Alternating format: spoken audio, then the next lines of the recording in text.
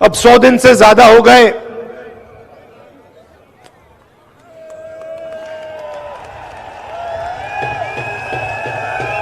देखो, आपने बात याद दिला दी। मैं कुछ और कहने जा रहा था, आपने डाइवर्ट कर दिया। ये जो आपने किया, देखिए भैया, उनसे बात कर रहा हूं। पुलिस जी, जो आपने अभी ये किया ना, इसने मेरे दिमाग को थोड़ा डाइवर्ट कर दिया। मैं पहले कुछ और कहने जा रहा था, अब दूसरे रास्ते से निकलेंगे।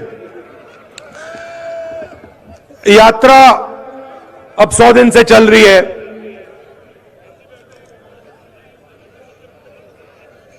केरला, कर्नाटक, आंध्रा, तमिलनाडु, मध्य प्रदेश, राजस्थान, अलवर। रास्ते पे कभी कभी, जैसे मैंने यहां बोला प्रेस के हमारे मित्रों, मुझे रास्ते पे अपने दूसरे प्यारे मित्र भी मिल जाते हैं। आमतौर से वो बीजेपी के ऑफिस के ऊपर खड़े होते हैं। मैं निकलता हूं, वो ऐसे खड़े रहते हैं।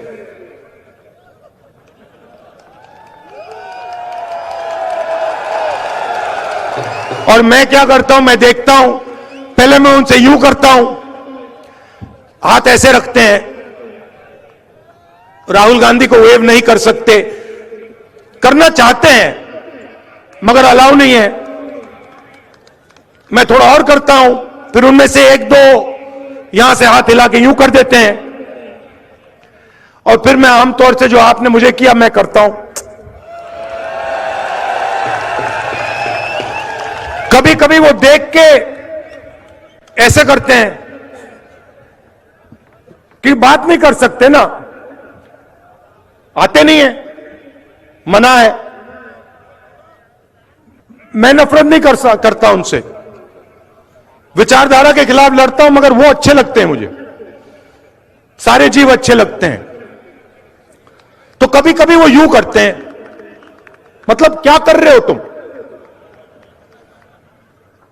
क्या कर रहे हो। कन्याकुमारी से लेकर श्रीनगर जा रहे हो, उनके नेता कभी कहते हैं राहुल गांधी क्यों चल रहा है। मेरे दिमाग में था, थोड़ी देर के लिए मैं सोच रहा था, ये मैं कर क्या रहा हूं। पैदल चल रहा हूं, लोगों से मिल रहा हूं, गले लग रहा हूं, क्या कर रहा हूं। और जवाब मिल गया।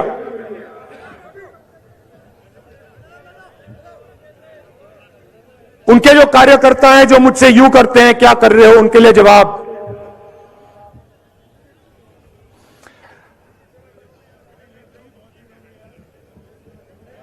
नफरत के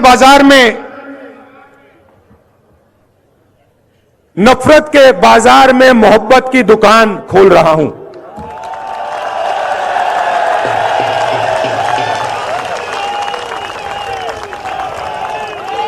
आप मुझसे नफरत करो, आप मुझे गाली दो, यह आपके दिल की बात है। आपका बाजार नफरत का, मेरी दुकान मोहब्बत की। और मैं सिर्फ अपनी बात नहीं कर रहा हूं, यह मत सोचिए कि यह सिर्फ राहुल गांधी बोल रहा है। यह पूरा का पूरा जो संगठन है जिसने इस देश को आजादी दी, हम कौन होते हैं? महात्मा गांधी जैसे लोग, जवाहरलाल नेहरू, सरदार पटेल, अंबेडकर जी, आजाद, इन सब ने नफरत के बाजार में मोहब्बत की दुकान खोली थी। यही हम करते हैं। तो यह है मेरा जवाब बीजेपी के सब लोगों को। आइए आप भी नफरत के बाजार में मोहब्बत की दुकान खोलना शुरू कीजिए। अंत में आपको करना पड़ेगा, क्योंकि हमारा धर्म, हमारा देश मोहब्बत का देश है, नफरत का नहीं है।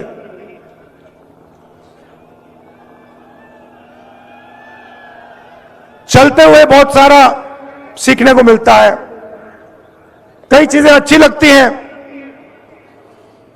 कई चीजें इतनी अच्छी नहीं लगती हैं। तो शुरुआत में सरकार की प्रशंसा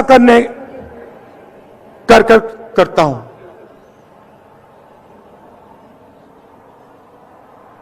शायद देश में सबसे बेहतर स्कीम गरीबों के लिए राजस्थान में है।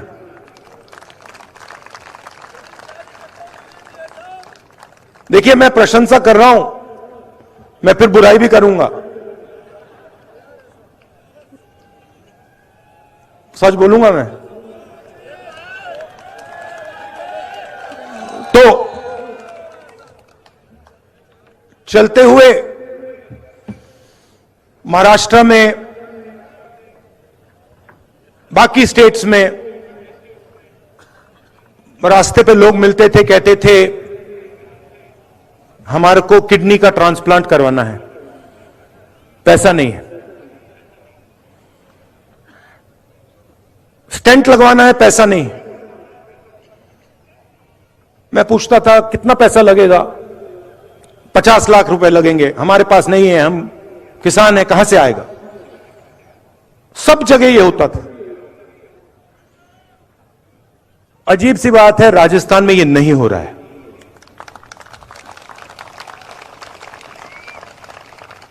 कल पहली बार 2 लोगों से मिला। एक बच्चा इतना बड़ा, उसका कॉक्लियर इंप्लांट हुआ था, और एक व्यक्ति जिसका किडनी ट्रांसप्लांट हुआ था। और दोनों ने मैंने पूछा कितना पैसा लगा? फ्री में हुआ, मुफ्त में हुआ। तो चिरंजीवी स्कीम ने लाखों लोगों के दिल से डर मिटाया है, तो इसकी प्रशंसा करनी पड़ेगी। और ये पूरे देश को स्कीम रास्ता दिखा सकता है। हमारे विपक्ष के नेता जो हैं, बीजेपी के नेता हैं, जहां भी जाते हैं अंग्रेजी के खिलाफ बात करते हैं। स्कूलों में अंग्रेजी नहीं होनी चाहिए, बंगाली होनी चाहिए, हिंदी होनी चाहिए, मगर अंग्रेजी नहीं होनी चाहिए। कभी आप एक काम कीजिए, ये जो नेता कहते हैं कि अंग्रेजी नहीं होनी चाहिए, उनके पास जाइए, उनसे पूछिए भैया आप ये बात तो अच्छी कर रहे हो, मगर आपका बेटा कौन से स्कूल में जाता है? क्या इंग्लिश मीडियम में जाता है? हां या ना? हां। इनके सारे के सारे बच्चे अमित शाह जी से लेकर इनके सब चीफ मिनिस्टर के बच्चे, सब एमपी के बच्चे, सब एमएलए के बच्चे, सारे के सारे इंग्लिश मीडियम स्कूल में जाते हैं और भाषण देते हैं कि भैया अंग्रेजी किसी को बोलनी नहीं चाहिए। ये नहीं चाहते हैं कि हिंदुस्तान का गरीब, किसान का बेटा, मजदूर का बेटा अंग्रेजी सीखे। इसका कारण है क्योंकि वो चाहते हैं कि आप बड़े सपने ना देखो, आप खेत में से ना निकलो, आप मजदूरी से बाहर ना निकलो। इसीलिए ये आपसे कहते हैं अंग्रेजी मत पढ़ो, मैं ये नहीं कह रहा हूं कि हिंदी नहीं पढ़नी चाहिए, जरूर पढ़नी चाहिए, तमिल पढ़नी चाहिए, हिंदी पढ़नी चाहिए, मराठी पढ़नी चाहिए, सब हिंदुस्तान की सब भाषाएं पढ़नी चाहिए। मगर अगर आप बाकी दुनिया से बात करना चाहते हो, चाहे वो अमेरिका के लोग हों, जापान के लोग हों, इंग्लैंड के लोग हों, तो वहां हिंदी काम नहीं आएगी, वहां अंग्रेजी ही काम आएगी। और हम चाहते हैं कि हिंदुस्तान के गरीब से गरीब किसान का बेटा एक दिन जाकर अमेरिका के युवाओं से कंपटीशन करे और उसी की भाषा में उसे हराए। यह हमारा दृष्टिकोण है। इसीलिए यहां पे मुझे बहुत खुशी हुई है कि 1700 इंग्लिश मीडियम स्कूल शुरू किए गए हैं और 10,000 अंग्रेजी के टीचर रिक्रूट हुए हैं। अशोक गहलोत जी, ये कम है, ये कम है। राजस्थान के हर बच्चे को इंग्लिश की अपॉर्चुनिटी मिलनी चाहिए। हर बच्चे को लगना चाहिए कि मैं हिंदी सीख सकता हूं, मैं अपनी मातृभाषा सीख सकता हूं, मगर मैं पूरी दुनिया के साथ कम्युनिकेट कर सकता हूं, मैं पूरी दुनिया के साथ बातचीत कर सकता हूं। अगर मुझे जरूरत पड़ी तो अमेरिका में जाके मैं हिंदुस्तान का झंडा लहराऊंगा। तो यह भी आपने काम बड़ा अच्छा किया है। तीसरा काम जो मुझे बहुत अच्छा लगा, आपने महिलाओं को सैनिटरी नैपकिन देने का काम किया और जो उनको पहले कष्ट होता था आपने उसको मिटाया। यहां जो पुरुष हैं इनको ये छोटी सी बात लगती है, मगर इस बात को महिलाएं समझेगी ये छोटी सी बात नहीं है, ये बहुत बड़ी बात है। तो इसके लिए भी मैं आपको धन्यवाद करता हूं। मनरेगा स्कीम जो गांव में होता था उसको आप शहर में लाए, उससे भी राजस्थान के युवाओं को जबरदस्त फायदा हो रहा है। बाकी स्टेट्स में जब यात्रा निकलती थी ओल्ड पेंशन स्कीम के नारे चलते थे, यहां पे यह नारा नहीं सुनाई देता। आपने यहां ओल्ड पेंशन स्कीम लागू कर दी, तो आपने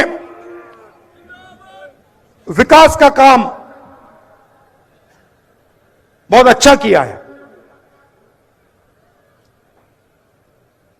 मगर यात्रा में एक और चीज देखने को मिली। पहले प्रशंसा की थी, अब थोड़ी कड़ी बात बोलता हूं। यात्रा में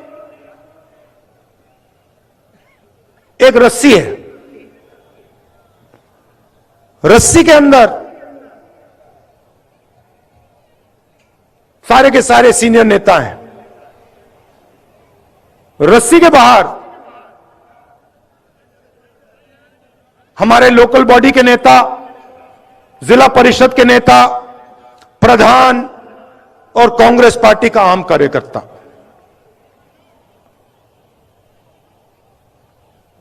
इस रस्सी को तोड़ना पड़ेगा। मतलब जो हमारा कार्यकर्ता है, जो हमारा लोकल बॉडी का नेता है, उसकी भी आवाज सरकार में सुनाई देनी चाहिए, सरकार के ऑफिसेज में सुनाई देनी चाहिए। और उससे भी जरूरी जो राजस्थान का आम नागरिक है, उसकी भी आवाज राजस्थान के हर ऑफिस के अंदर सुनाई देनी चाहिए। अब मैंने आपको एक बात बताई, मैं सुझाव भी दे देता हूं।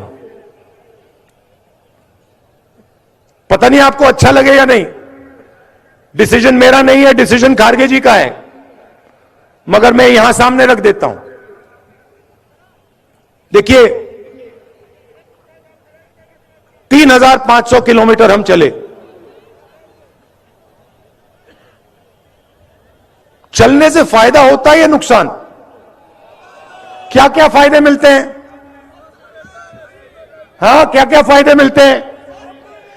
सबसे पहले देखिए, वजन कम हो जाता है, पेट गायब हो जाता है। सही, ठीक है। एक्सरसाइज हो जाती है। ये जो 3 सबसे बड़ी बीमारी हैं, कोलेस्ट्रॉल, शुगर, बीपी, इनका इलाज हो जाता है, अपने आप हो जाता है। सही बात। तो मेरा यह सुझाव है, और इससे सबका फायदा होगा। जैसे ये भारत यात्रा जो है, ये एक सोच है, ये एक यात्रा नहीं है। ये एक सोचने का तरीका है, देश के लिए ये एक विजन है। तो मेरा सुझाव ये है कि जैसे हम कन्याकुमारी से कश्मीर तक चले, वैसे महीने में एक बार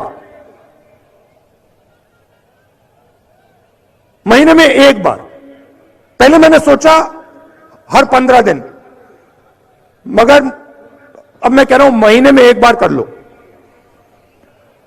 राजस्थान की पूरी कैबिनेट राजस्थान के सड़कों पे चले। आपने दिखा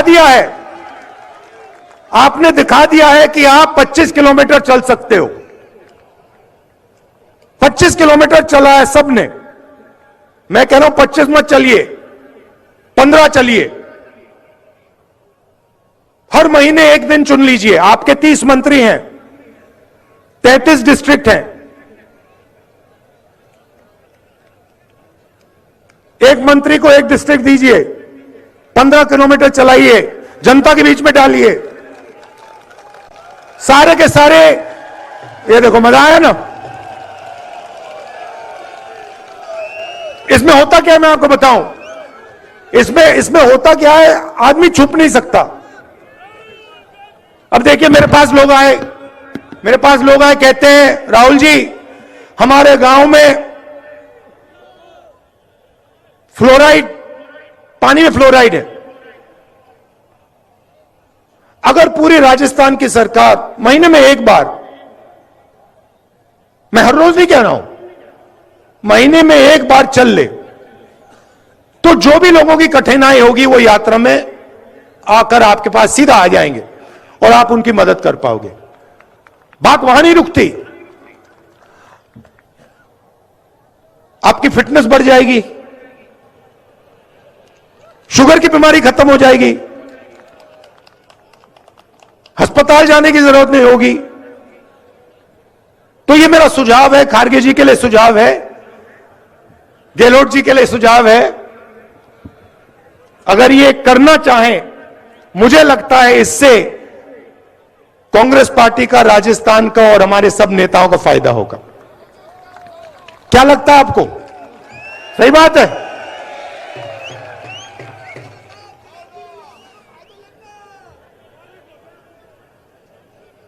आपने यात्रा में, अभी आपने कहा जयराम, अब किसी ने कहा कि तकरीबन 3,000 किलोमीटर चल लिए हैं। मैं आपको बताऊं, मुझे पता भी नहीं लगा। आप देखिए, मेरा चेहरा देखिए, जितनी थकान कन्याकुमारी में थी अभी है, तो मुझे थकान ही नहीं हो रही। मुझे मजा आ रहा है, अच्छा लग रहा है। और थकान क्यों नहीं हुई कि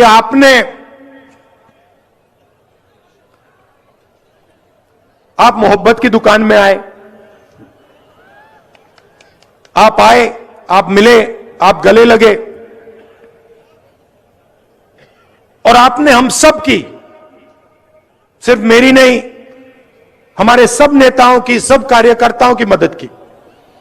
आपने कहा कि ये जो कर रहे हो भारत जोड़ो यात्रा जो है, भारत में नफरत मिटाने का काम जो कर रहे हो, बेरोजगारी के खिलाफ जो खड़े हो, महंगाई के खिलाफ जो खड़े हो, ये आप सही कर रहे हो और आपने पूरी अपनी शक्ति इस यात्रा में डाल दी।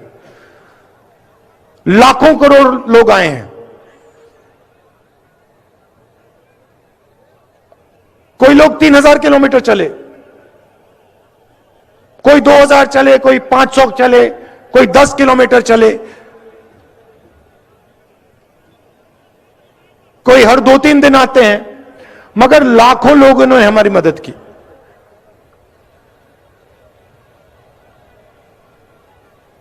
हर रोज 6-7 घंटे हम चलते हैं।